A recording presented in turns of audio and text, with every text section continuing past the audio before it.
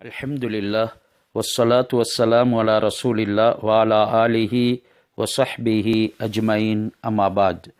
உழுவை முறிக்கக்கூடிய விடயங்களில் மூன்றாவது இல்திகாவு பஷரத்தை ரஜுலின் வம்ராத்தின் அஜ்னபியைனி, அந்நியவர்களான அஜ்னபியத்தானவர்களான, அதாவது இரத்த சொந்தம் அல்லாதவர்களான ஆண்கள் பெண்கள் இருவருடைய மேனி ஒன்றோடொன்று சந்திப்பதின் மூலம் உழு முறிந்துவிடும்.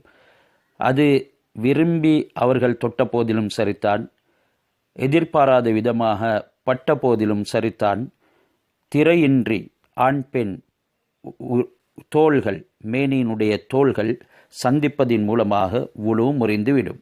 இதற்கு ஆதாரமாக அல்லாஹ் சுப்ஹானஹு வ தஆலா சூரத்துன் நிசாவிலே 43வது ஆயத்தில் அவுலா மஸ்துமுன் நிசா லா மஸ்துமுன் நிசா, நீங்கள் பெண்களை தொட்டால் உழு முறிந்துவிடும் என்ற விடயத்தை குறிப்பிடுகின்றான். இங்கே கருத்து வேற்றுமையான ஒரு விடயத்தையும் நாங்கள் அவதானிக்க வேண்டும். அதிகமானவர்கள் கேட்கக்கூடிய ஒரு கேள்வித்தான், மனைவியை தொட்டால் உழு முறியுமா? மனைவி என்பவள் ஒரு அந்நிய பெண், அதனால தான் நாம் அவளை திருமணம் முடித்திருக்கின்றோம். இரத்த உறவுகளை திருமணம் முடிக்க முடியாது. திருமணம் முடித்ததன் பின்னால் அவள் எங்களுடைய சொந்தத்துக்குள்ளே வந்து விடுகின்றாள். நமக்கு ஒரு பொறுப்பு உண்டாகிவிடுகின்றது. ஒரு கண்ணியமான உறவை அல்லாஹ் மேற்கொள்வதற்குண்டான சந்தர்ப்பத்தை அந்த மனைவியின் மூலமாக எங்களுக்கு வழங்கியிருக்கின்றான். அவளுடைய பாதுகாவலர்களாகவும் நாங்கள் இருக்கின்றோம். என்றாலும் கூட இமாமுனா ஷாஃபி ரஹ்மத்துல்லாஹி அலைஹி, அல்லாஹ் சுப்ஹானஹு வ தஆலாவுடைய குர்ஆன் மற்றும் ஹஜ்ரத் ரசூலுல்லாஹி ஸல்லல்லாஹு அலைஹி வஸல்லம் அவர்களுடைய பல்வேறான கருத்துகள் இருக்கிறதின் காரணமாக அதனை ஆராய்ச்சி செய்து நமக்கு வழங்கிய ஒரு மஸ்அலா தீர்ப்பு தான், பெண்களை தொட்டால் உழு முறியும் என்ற அடிப்படையில் மனைவியை தொட்டாலும் உழு முறியும்.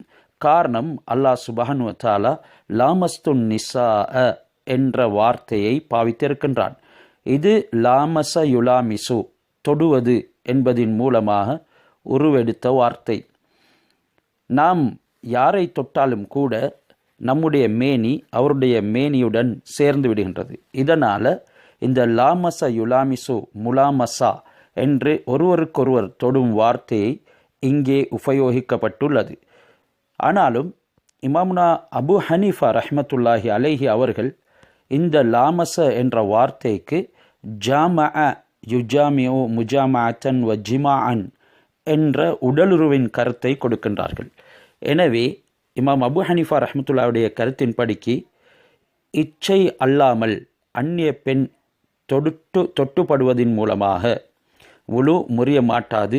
மாறாக